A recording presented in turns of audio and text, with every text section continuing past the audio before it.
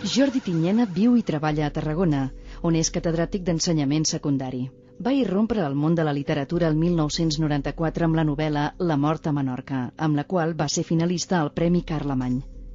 Des de llavors ha publicat 7 novel·les més i ha rebut diferents premis, com el Premi de Novel·la Ciutat d'Alzira o el Premi Pini Soler.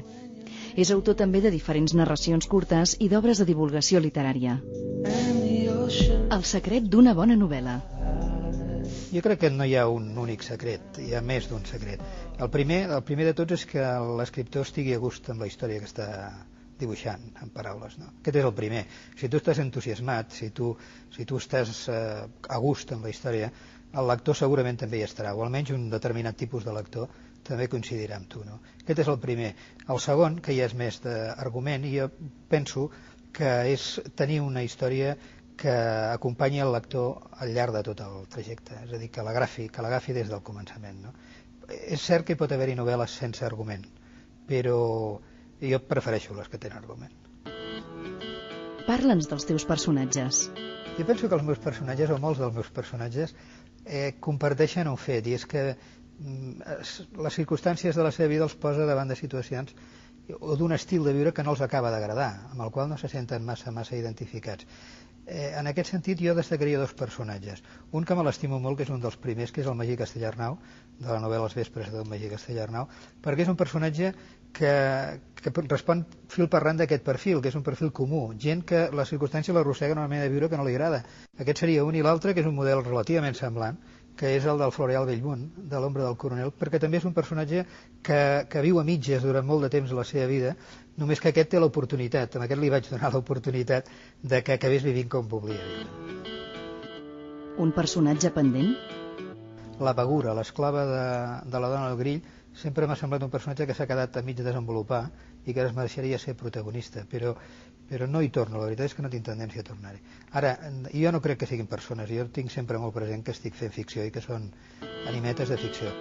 Del compromís de l'escriptor.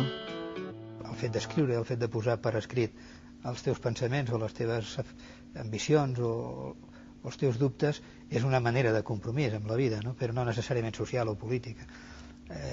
Això és una opció que es pot fer. Jo personalment crec que sí, crec que s'ha de fer i jo l'he feta. Què és un clàssic? Un clàssic és aquell llibre que es pot llegir al cap de molts i molts anys i que continua satisfent les ànsies del lector. I segurament això és perquè al marge del seu argument i del dibuix dels personatges, una mica al marge d'aquestes coses, conté aquells elements que fan que sigui permanent, és a dir, que tracta d'elements que continuen vius. El Tirant, en aquest cas, jo crec que és un clàssic perquè ens posa davant d'elements com l'estimació, com la traïció, com l'engany, com el valor, com una mica un gran ventall de sentiments i de passions que són les mateixes, mutatis mutandis, que tenim avui, que ens movem avui. No? Literatura? Per què? La literatura, amb tots els seus vessants i amb totes les seves diferències, és una manera d'explorar la vida. I, per tant, el coneixement de la literatura t'aporta visions diferents de la vida i et fa el camí més curt, és a dir, la comprensió del món, si l'has d'aprendre tu sol, és massa curta la vida per aprendre-la. Ensenyar literatura. Fa 26 o 27 anys que ensenyo i encara tinc moltes ganes d'ensenyar, no? Perquè descobrir que algú desperta a la literatura, desperta el seu interès per un llibre, per un autor o per un coneixement és sempre molt gratificant. Doncs moltes gràcies, Jordi.